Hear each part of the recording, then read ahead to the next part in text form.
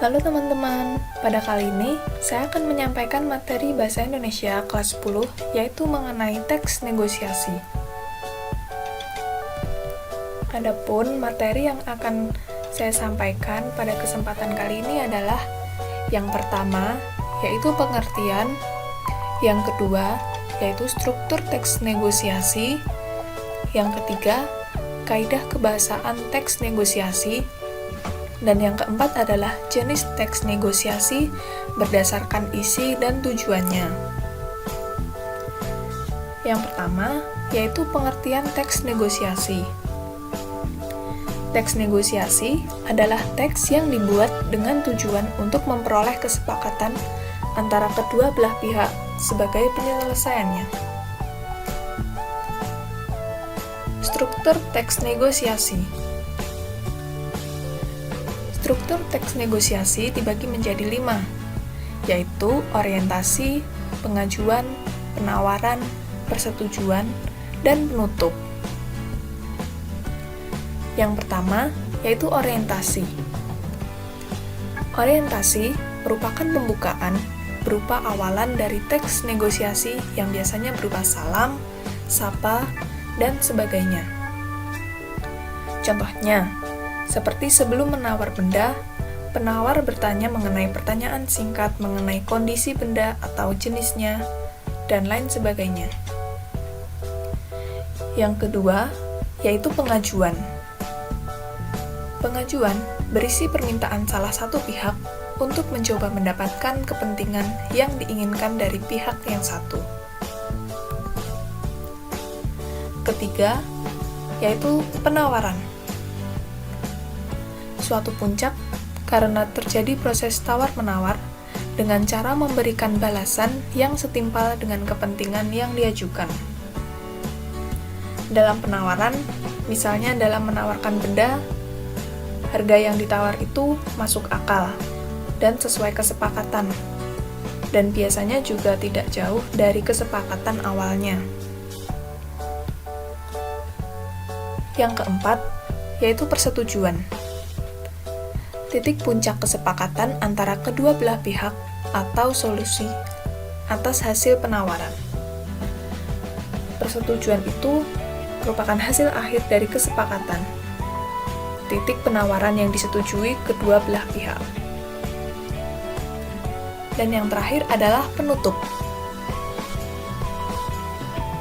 Merupakan akhir dari proses negosiasi, kesepakatan normal berupa perjanjian kesepakatan hasil dari negosiasi. Selanjutnya adalah kaidah kebahasaan teks negosiasi. Yang pertama, teks negosiasi menggunakan bahasa yang santun. Jadi, jika di proses negosiasi, sesungguhnya tetap dilakukan secara sopan, apalagi jika bersifat formal. Penggunaan bahasa harus sesantun mungkin. Yang kedua adalah terdapat ungkapan persuasif atau ungkapan untuk membujuk. Yang ketiga, berisi interaksi antara dua belah pihak. Yang keempat, kesepakatan yang dihasilkan tidak merugikan kedua belah pihak. Tidak merugikan kedua belah pihak, atau jika saling menguntungkan, itu akan lebih baik. Yang kelima, yaitu didasari argumen yang kuat dan yang berdasarkan fakta. Hal ini juga berkaitan dengan ungkapan persuasif atau ungkapan membujuk, karena sebaiknya memang dilandasi argumentasi atau alasan yang masuk akal dan sesuai fakta. Selanjutnya adalah jenis teks negosiasi berdasarkan isi dan tujuannya. Jenis teks negosiasi dibagi menjadi 2, yaitu negosiasi tuturan secara tak langsung dan negosiasi tuturan secara langsung. Yang pertama, teks negosiasi tuturan secara tak langsung.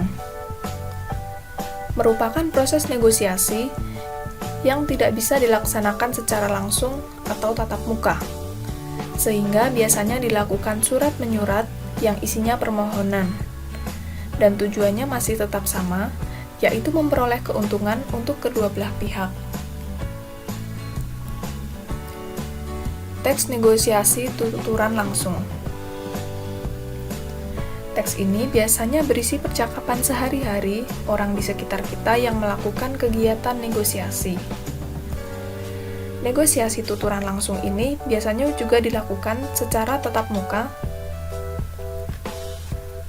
Ada beberapa contoh, yaitu seperti yang pertama, teks negosiasi pemecahan konflik. Teks negosiasi yang bersifat umum dan bertujuan untuk memecahkan konflik atau masalah dan menghasilkan kesepakatan.